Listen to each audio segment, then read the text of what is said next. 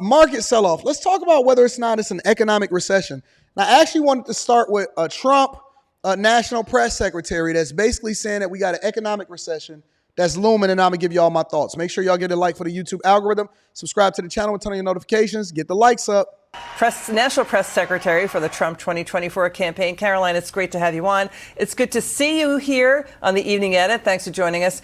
Okay, tell us, how is the campaign handling President Trump's comment last week that got a lot of headlines that Kamala Harris turned black? Does the campaign see that as a setback? No, absolutely not. President Trump, as always, is just raising questions that many people in the black community have raised about Kamala Harris. But we are also focusing on Kamala Harris's disastrous record. And today, as you mentioned, the stock market is crashing. An economic recession is looming. People have less money in their pocketbooks today than they did under President Trump's leadership. And President Trump has been talking about that all day long, saying this is the Kamala crash. And he's 100% right about that. Kamala Harris has supported all of Joe Biden's disastrous economic policies over the past 4 years.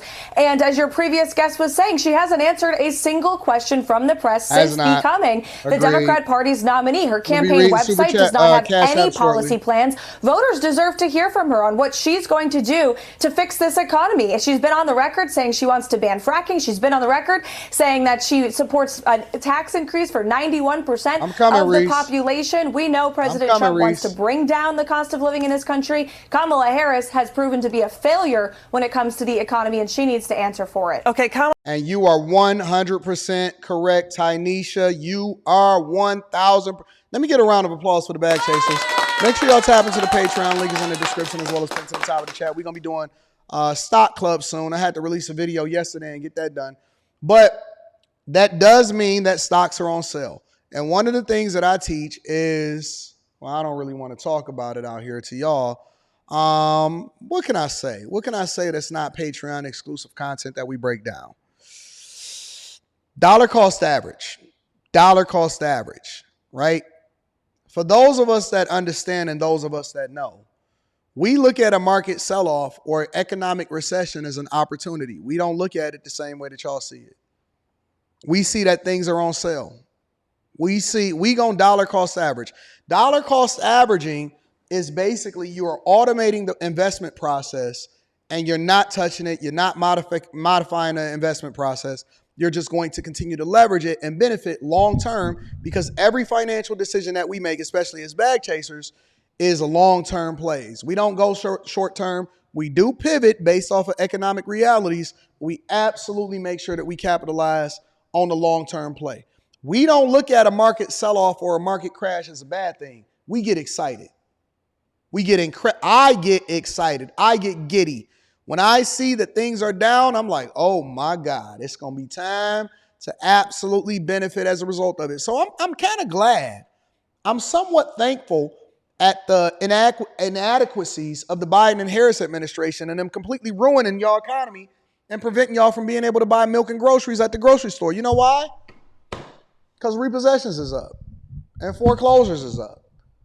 And the stock market is absolutely having a corrective moment at this time. And what that does is it presents for me an opportunity to take advantage of our economic reality. I learned this during the 2008 recession. I kicked myself in the butt. I was absolutely sad that my lifestyle, and I had lifestyle creep, and I had adjusted my lifestyle to the amount of money that I was making. And then when I was going through it and I wound up losing my job at the plant, that I had to suffer and I couldn't take advantage of what was going on. Boy, if I was able to take advantage of what was going on in 06, 07, and 08, those years specifically, man, I would have absolutely been 100 millionaire plus at this time. Everything was on discount. Everything was for sale. Everything was for sale. Man, you could have got everything for a song and a dream. You would have had thousands of percents of returns in the market itself, in the real estate market, all across the place. I remember that I had went to Vegas. I think it was like 08, 09. I had went to Vegas or something like that. And the Uber drivers was like, man, listen, bro, it's bad. It's bad. It is horrible out here. You can get anything you want for any price you want. women, real estate, all of it. And so the way that we look at it as an opportunity to continue to capitalize, because this is when you get really rich. I said that during the pandemic and people didn't pay attention to me. I said that during the pandemic and people did not pay attention. Hopefully you catch it for the third time around, because I say it all the time. And every time we start to see a little bit of a correction, I say, listen, we like this. We like this. We don't sell, we add on to our portfolio. But we're going to go over it in Stock Club. Let's continue. Kamala Harris rejects President Trump's request to a debate on Fox before a live audience. James Carville says she should do that. You know, the question is she afraid? If she's afraid of that, how's she going to handle Russia, China, and Iran?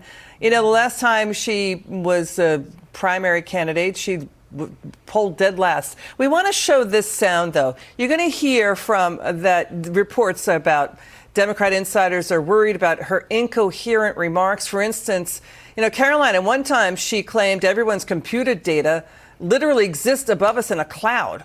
I mean, they're in physical computer servers on the ground. Let's get your reaction to that. And Democrat strategist David Axelrod saying this talk of Kamala Harris momentum is irrational exuberance. He says it's still Trump's race to lose. Watch. No longer are you necessarily keeping those private files in some file cabinet that's locked in the basement of the House.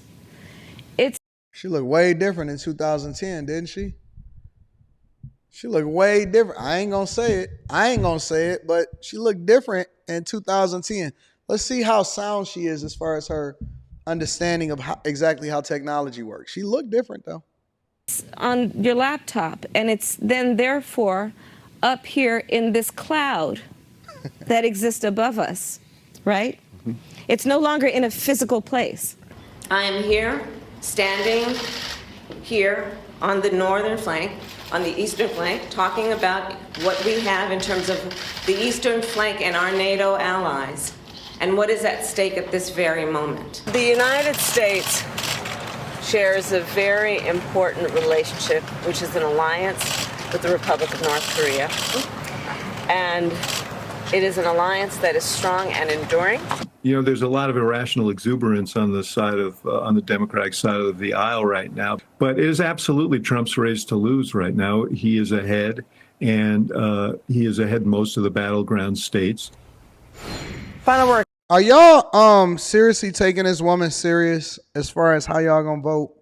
Honest to God, I'm just curious. Are y'all taking this woman serious? Do I have to do another Judge Joe Brown impression so we can really get down to the brass tacks of things?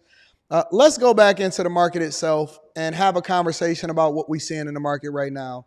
Not live, but in general, as far as the general sentiment of the market. Here was some of the scuttlebutt we were hearing at the end of the trading day today that some yesterday. are hoping to see sooner rather than later, that the Federal Reserve isn't only inclined now to start cutting interest rates as soon as the September meeting, but some are thinking even sooner, a cut before a meeting. That would be very, very unusual. I want to talk to Peter Tuchman about that, New York Stock Exchange trade. He's at the New York Stock Exchange.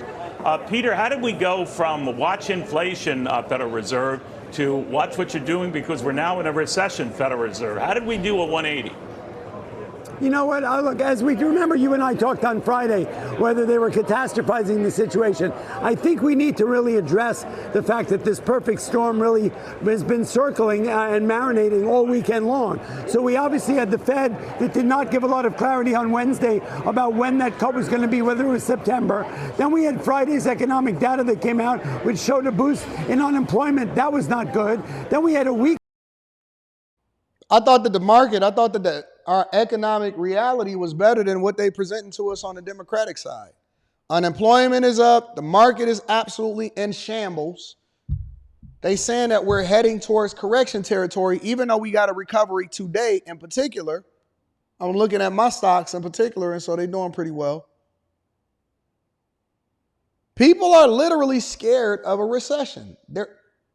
You ain't got to be scared of a recession. You already there. Let me help you to understand something. You already there, honest to God. Forget the markets. Forget what Kamala Harris and Biden is saying to y'all. I'm telling you that you have to take inventory of your own personal situation and know that it's a strong possibility that you, as an everyday American, has been living in a recession for a while now. And it's a really, really, really big deal for you. I don't know how y'all even lean on identity politics, considering that your life has been recessionary and almost depression-like since this administration took office. Y'all messed up. You messed up. Some of y'all forgot that the only reason that you were surviving in the first place is because the rent moratorium, they didn't help you to be able to pay your bills more effectively. You've been messed up for a long time. Dog, debt is out of control. Trillions of dollars in credit card debt amongst consumers. People are literally losing their homes. Do you know why everybody is running over to the assessor's office in a lot of y'all cities and saying, oh my God, this is too high? Because your mortgage payment is too high. Your mortgage payment is too high now.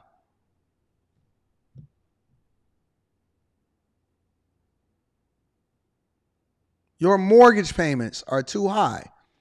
And when I say the payment, let me revise it. Let me be more technically sound with my assessment. The payment that you're making towards your house, not a mortgage payment, because the mortgage payment is separate from the escrow that you have that ultimately go to the property taxes and the insurance that you're supposed to pay. Otherwise, it's going to be a problem with the mortgage company because they're requiring you to have insurance and maybe even a PMI in which you're paying for private mortgage insurance just in case you default because you put down less than 20%. People are losing their homes.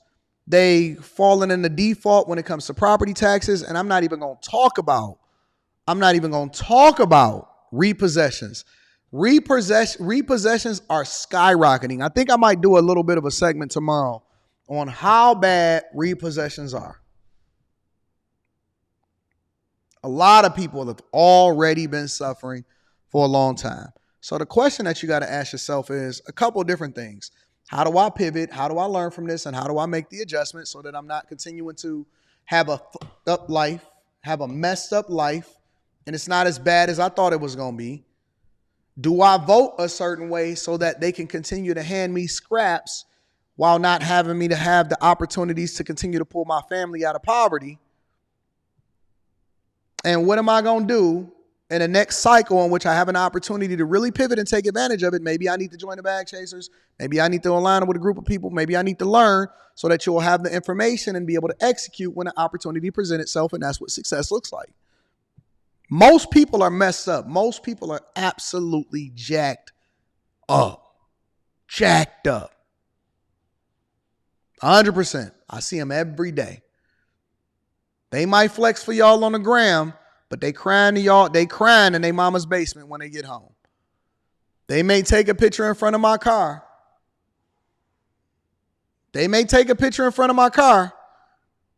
But they probably got their car stolen and didn't have car insurance, and that's going to come back to bite them long term. Trust me, I know. I've been through it.